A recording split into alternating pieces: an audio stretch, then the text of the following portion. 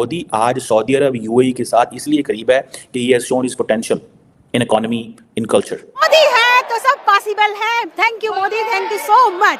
Modi Modi again Modi, नमो मोदी।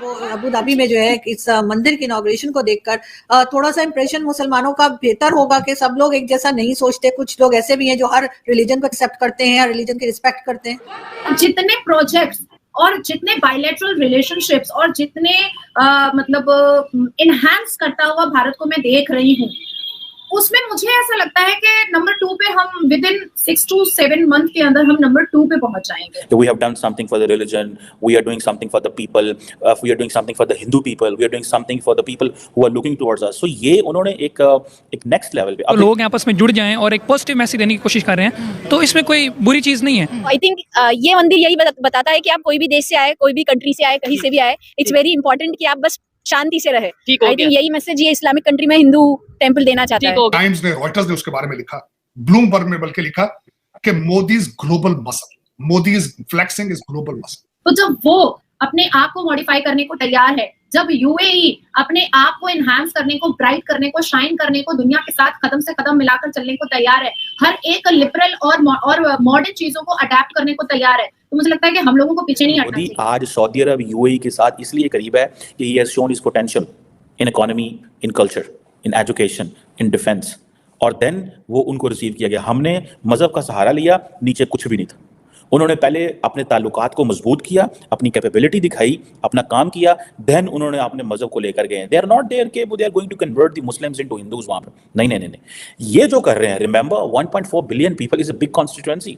कई अरब ममालिक जो हैं वो इंडिया के अंदर से निकल सकते हैं, इतनी बड़ी पॉपुलेशन है। So there is no need every time, you know, this is called new imperialism in that case, कि you build your soft power, you export your IT, जिसे वो कहते हैं ना, डिजिटल पब्लिक सेक्टर जो नेटवर्क है, उसको आप एक्सपोर्ट करते हैं। ये आपकी सॉफ्ट पावर है, आप इसका फायदा उठाते हैं। इंस्टेंट पेमेंट में यूपीआई आनी भी कनेक्ट हो गया, रुपे जेवान भी कनेक्ट हो गया, और मुझे बताएं क्या। एंड देन याद रखिएगा, UAE is that link which India will sell within the Middle East and to the Europe, that देखें जनाब कि ये यूएई की जो पोर्ट्स हैं ये हमारे लिए बड़ी इंपॉर्टेंट है in the shape of India middle east economic corridor के हवाले से। ये हमारे लिए इतनी ज्यादा इंपॉर्टेंट। ये जो UAE agree on bilateral investment treaty, it means I2U2 is not working that way, जिसमें अमेरिका, इंडिया, इजराइल और यूएई है। द अमेरिकीज डू अंडरस्टैंड कि हमें I2U2 का हिस्सा बनना है, इंडियंस भी समझते हैं, लेकिन the Americans and the Israelis they got busy in the war, and that is why they have come of this UAE, जिसे वो कहते हैं ना, बायलैटरल इन्वेस्टमेंट ट्रीटी।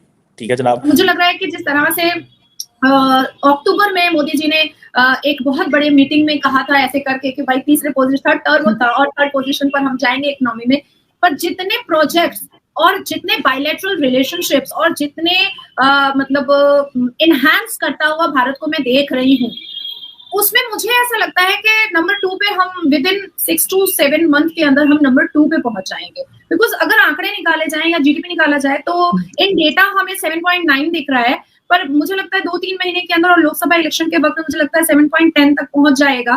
तो आने वाले 7-8 महीने में हमारी इकोनॉमी, हमारे भारत की इकोनॉमी को नंबर 2 पोजीशन पर पहुंचने से कोई नहीं रोक सकता है, बिकॉज भारत अब इनहैंस कर रहा है, भारत अब फैल रहा है, ना कि सिर्फ हमारा सिविलाइजेशन और हमारा कल्चर फैल रहा है, बल्कि हमारे बायलैटरल रिलेशन और हमारा मेड इन भारत का की जितनी चीजें हैं वो भी फैल रही हैं। अभी मैं जब पानी पी रही थी, ये भी मैं भारत का ही बना हुआ है, तो बहुत खुशी होती है, बहुत खुशी होती है।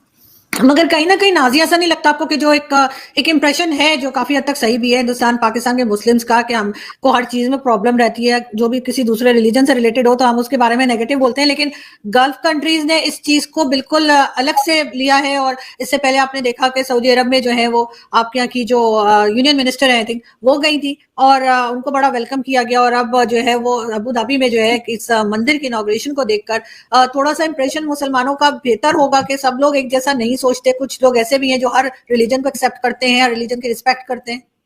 जो एक इस्लामोफोबिया दुनिया में बढ़ता चला जा रहा है, जिसके ऊपर बहुत ज़्यादा बात की जा रही है, वही कंट्रीज जो है दूसरे रिलीजियस को अहमियत दे रही है, मोहब्बत दे रही है। आपको नहीं लगता कि इससे जो है दूसरे रिलीजियस के जो लोग हैं वो इस्लाम के करीब आएंगे? जैसे यूएई एक काम कर रहा है कि मंदिर भी हैं, वहाँ पे मस्जिदें भी हैं, चर्च भी हैं, और ये यूएई की हिस्ट्री का फर्स्ट मंदिर है जिसको इनॉग्रेट करने प्राइम मिनिस्टर नरेंद्र मोदी जा रहे हैं। जी, अगर वो ये समझते हैं कि इससे जो एक पॉजिटिव इमेज आएगी इस्लाम का और सारे लोग आपस में कनेक्ट होंगे, तो मेरे ख्याल इसमें कुछ बुरा नहीं है। दूसरा ये कि life is the name of packages deals, आपको कुछ चूज़ करना होता है, कुछ स्किप करना होता है, ओके। तो उसका मेरा मानना ये है कि अगर वो ये कोशिश कर रहे हैं कि मतलब कि जो लोग हैं आपस में जुड़ जाएं और एक पॉजिटिव मैसेज देने की कोशिश कर रहे हैं, तो इसमें कोई बुरी चीज़ नहीं है। और बल्कि ये चाहिए कि अगर हमारी इकॉनमी बेहतर होती और हमारे अगर मुल्क में लोग अपने रिसोर्सेज का पॉजिटिव इस्तेमाल करते और हमारा मुल्क की जीडीपी ग्रोथ अगर इतनी ज़्यादा डाउन ना होती, तो हो सकता है कि शायद हम भी उस पर काम करते। लेकिन अनफॉर्चुनेटली हमारे क्राइसिस और हैं, हम डिफरेंट चीज़ों को फेस कर रहे हैं। सर अगर मंदिर की बात की जाए, देखिए यूएई मंदिर बना रहा है और इस मंदिर की स्पेसिफिकेशन अगर देखें तो इसमें जो पत्थर इस्तेमाल हो रहे हैं, इसमें जो मूर्तियां तराशी गई हैं, ईच एंड एवरीथिंग उन्होंने इंडिया से इंपोर्ट किया है, ताकि वो जो टच है, जैसे राम मंदिर उन्होंने बनाया, वो टच कहते हैं कि राम मंदिर की ये कॉपी 2 लग रहा है। हमारे पाकिस्तान में जब पाकिस्तान बना बहुत से मंदिर थे सर, हमने वो सारे मंदिर डिमोलिश कर दिए। इस लाहौर के अंदर अगर आप अभी गूगल करें तो बहुत से मंदिर जाएंगे, आप मैप को फॉलो करते जाएंगे तो वहाँ पर बाथरूम बन गया, वहाँ पर मार्केट बन गया, वहाँ पर घर बन गया, वहाँ पर मस्जिदें बन गई। तो हमने एक पुराने मजहब को, हिंदू धर्म जो कि बहुत 10,000 साल पुराना है, उसको डिस्ट्रॉय कर दिया। अगर हम वो मंदिर यहाँ पे रहने देते, आपको नहीं लगता कि इंडिया से टूरिज्म यहाँ पर आता? नहीं, उसके लिए हमने जो कतालपुर राहदारी खोली है और जो इंडिया में बाबरी मस्जिद थी उनको उन्होंने स्किप करके मंदिर बनाए अगले दिन, तो वो भी तो अगर ख्याल नहीं रख रहे तो हम उनका कैसे ख्याल रखें? लेकिन वो जब मैंने स्टडी किया